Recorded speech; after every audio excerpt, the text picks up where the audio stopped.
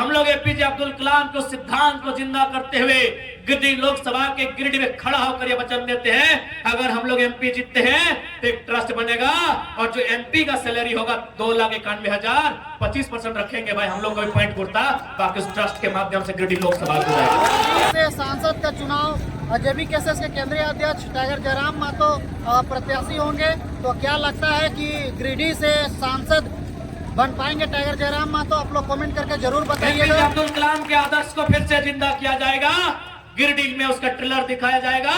यदि हम लोग गिरिडीह फतह करते हैं तो ये सोनू जी की तरह, चंद्र प्रकाश चौधरी जी की तरह कंपनियों फैक्ट्रियों में हिस्सा नहीं होगा, बल्कि जो हमारा खुद का सैलरी होगा 2,91,000 उसमें भी 75% ट्रस्ट के माध्यम से गिरिडीह लोकसभा के जनता को जिनको जरूरत होगी हम लोग दान करने का काम करेंगे।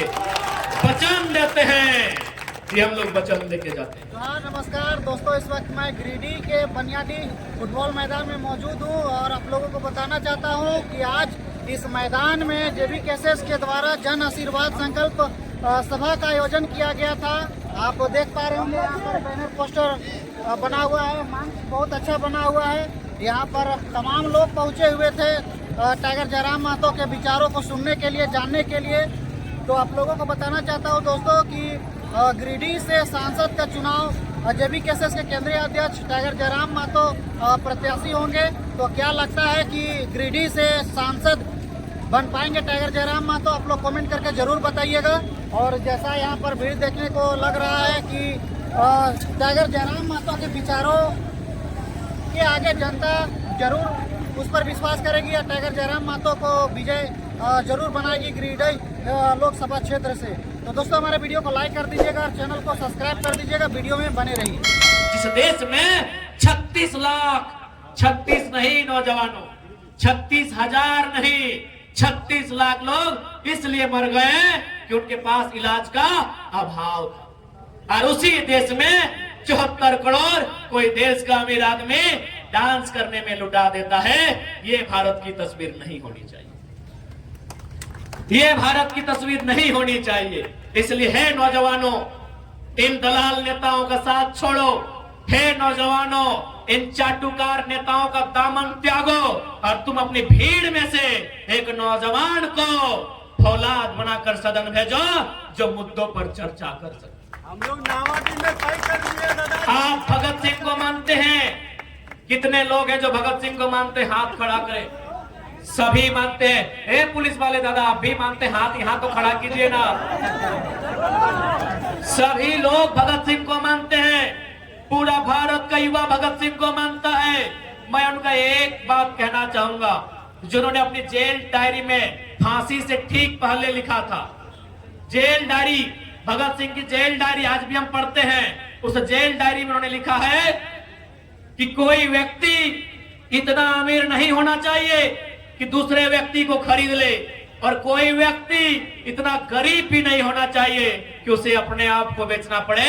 74 करोड़ में अगर कोई नचवा रहा है, ये भगत सिंह का भारत नहीं है, नहीं है भगत सिंह का भारत। यदि ये भगत सिंह का भारत नहीं है तो भगत सिंह का भारत कैसा हो, ये चर्चा का विषय है।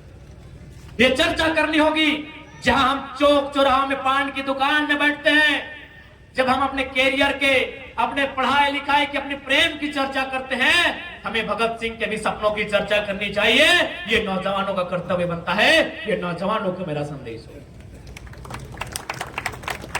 हमें चर्चा करनी होगी, हमें समझना होगा कि भगत सिंह का भारत कैसा हो, गांधी का भारत कैसा हो, अंबेडकर का भारत कैसा हो, आजाद अशफाक उल्लाह खान और कलाम का भारत कैसा हो, ये हमें समझना। मैंने कलाम का जिक्र किया, एक पंक्ति उन पर भी कहूंगा। इस देश के राष्ट्रपति हुआ करते थे डॉक्टर एपीजे अब्दुल कलाम। जब उनका देहांत हुआ, जब उन्होंने अपने शरीर को त्यागा, एक टीम उनके घर गई, यह जानने के लिए गई कि राष्ट्रपति ने अपना पूरा जीवन सादगी से बिताया है, मरने के बाद ये क्या क्या छोड़ के गए, कितना धन दौलत छोड़ के गए, कितना रुपया पैसा छोड़ के गए। एक team doctor APJ Abdul Kalam के घर गई, उनके घर की तलाशी ली गई। आपको बताना चाहेंगे, एक 2 कमरा मिला 10 बाय 10, जिसको हम लोग वो चाली है वो भीतर बोलते हैं। एपीजे अब्दुल कलाम साहब की जब तलाशी ली गई, 2 कमरा मिला 10 बाय 10 का। उस कमरे में 2500 किताबें थी। उस कमरे में 2500 किताबें थी। 12 या 16 डॉक्टरेट की डिग्रियां थी जो उनको उपाधि में मिला थी। डिग्रियां उपाधि में मिलती है, यानी 12 या 16 डॉक्टरेट की उपाधि थी जो डॉक्टर साहब को उपाधि में मिला था। शायद 3 या 4 फटे मोजे थे, शायद 4, क्योंकि जोड़ा में होता है।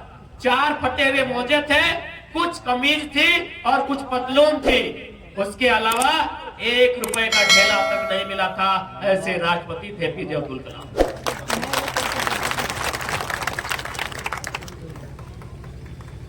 उन्होंने क्या किया था? अपनी सारी संपत्ति को एक ट्रस्ट बनाया था पंचायत के नाम से। रामेश्वर में कहीं वो पंचायत है, रामेश्वर आप जानते हैं दक्षिण भारत में है। उस पंचायत को अपने जीवन की सारी जमा पूंजी, अपने जीवन की सारी कमाई उस पंचायत के ट्रस्ट को दिया था। तो हम लोग एपीजे अब्दुल कलाम के सिद्धांत को जिंदा करते हुए गिरिडीह लोकसभा के गिरिडीह में खड़ा होकर यह वचन देते हैं, अगर हम लोग एमपी जीतते हैं तो एक ट्रस्ट बनेगा और जो एमपी का सैलरी होगा 2,91,000, 25% रखेंगे भाई हम लोग को पॉइंट कुर्ता, बाकी उस ट्रस्ट के माध्यम से गिरिडीह लोकसभा को जाएगा। एपीजे अब्दुल कलाम के आदर्श को फिर से जिंदा किया जाएगा। गिरिडीह में उसका ट्रेलर दिखाया जाएगा। यदि हम लोग गिरिडीह फतह करते हैं तो ये सोनू जी की तरह, चंद्र प्रकाश चौधरी जी की तरह कंपनियों फैक्ट्रियों में हिस्सा नहीं होगा, बल्कि जो हमारा खुद का सैलरी होगा 2,91,000, उसमें भी 75% ट्रस्ट के माध्यम से गिरिडीह लोकसभा के जनता को जिनको जरूरत होगी हम लोग दान करने का काम करेंगे। वचन देते हैं, ये हम लोग वचन देके जाते हैं। क्योंकि सेहत हम लोग का ठीक नहीं है, लेकिन जब बात आती है हम लोग घंटों अपनी व्याख्या कर जाते हैं। झारखंड इतना दर्द में है दिग्विजय बाबू की, कहना पड़ता है, कहना पड़ता है, बोलना पड़ता है। इसलिए उम्मीद करते हैं कि हम लोग जिस विचार के साथ पूरे झारखंड का भ्रमण कर रहे हैं, जिस विचार को हम लोग झारखंड में स्थापित करना चाहते हैं, आज एक साधारण सा लड़का उस विचार को लेकर आपके बीच आया है। अंत में इतना ही कहेंगे, जयराम महतो केवल एक शरीर बन के नहीं आया है, एक बदलाव और विचार बन के आया है। नहीं तो आप सोच के देखिए, 2 साल पहले जिस शख्स को आप सुने नहीं थे, आज वो राज का चर्चा का विषय है। कुछ तो बात सोच के देखिए, हम अपनी कोई प्रशंसा नहीं कर रहे। पूरे झारखंड के 23 साल के इतिहास को खंगालिए, हमें एक भी नाम बताइए 23 साल के झारखंड में कि किसी लीडर ने खुद को, अपने आप को विधायक के योग्य बनाया। एक लीडर का नाम बताइए। अरे विधानसभा तो छोड़िए, हम लोग बृहद झारखंड में चर्चा के विषय है। अपने प्रतिभा, अपने कौशल, अपने हुनर, अपने टैलेंट की बदौलत आपका आशीर्वाद की आवश्यकता, क्योंकि समय भी हुआ है और स्वास्थ्य उसकी अनुमति नहीं देता है, क्योंकि तबीयत हमारा ठीक नहीं है और गाड़ी में हम लोग दवा पानी लेके ही चलते हैं। और हमारा ज्यादा इशू गला का है और पीछे का माइंड का है और कुछ इशू अब आंख का होने लगा है। लेकिन हम लोगों ने कह दिया है, जान सेकेंडरी है, प्राइमरी हमारे झारखंड का उज्जवल भविष्य है, उससे पीछे नहीं। जयराम महतो जिंदाबाद।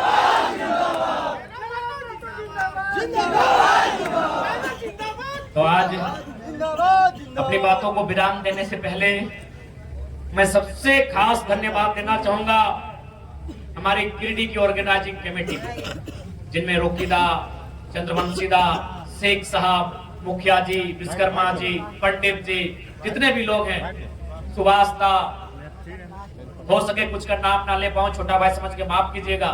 तो तमाम ऑर्गेनाइजिंग कमेटी जिनके माध्यम से चैलेंजिंग कार्यक्रम हुआ, आपने ये कार्यक्रम वहां किया जहां सुपर सीएम रहता। ये सुपर सीएम है माननीय सोनू जी, बगल में जो भी है, तो जहां सुपर सीएम रहते हो वहां जीएम से बिजली का तार कटवा देता हो। और आपने कार्यक्रम किया, ये बहुत चैलेंजिंग था। आप तमाम ऑर्गेनाइजिंग कमेटी को बहुत बहुत धन्यवाद, आभार जुहार करते हैं। मैं धन्यवाद दूंगा जितने भी हमारे पुलिस कर्मी आए हैं, धन्यवाद आपका, बहुत बहुत धन्यवाद। मैं धन्यवाद दूंगा तमाम मीडिया बंधुओं का, जगीदा रामदास आ गए क्या? सत श्री अकाल।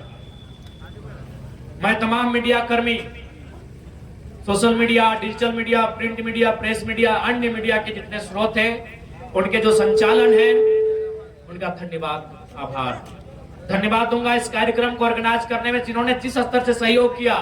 किसी ने पंडाल के माध्यम से, किसी ने माइक के माध्यम से, किसी ने फूल के गुलदस्तों के माध्यम से, जिन्होंने सहयोग किया, उन सभी का धन्यवाद।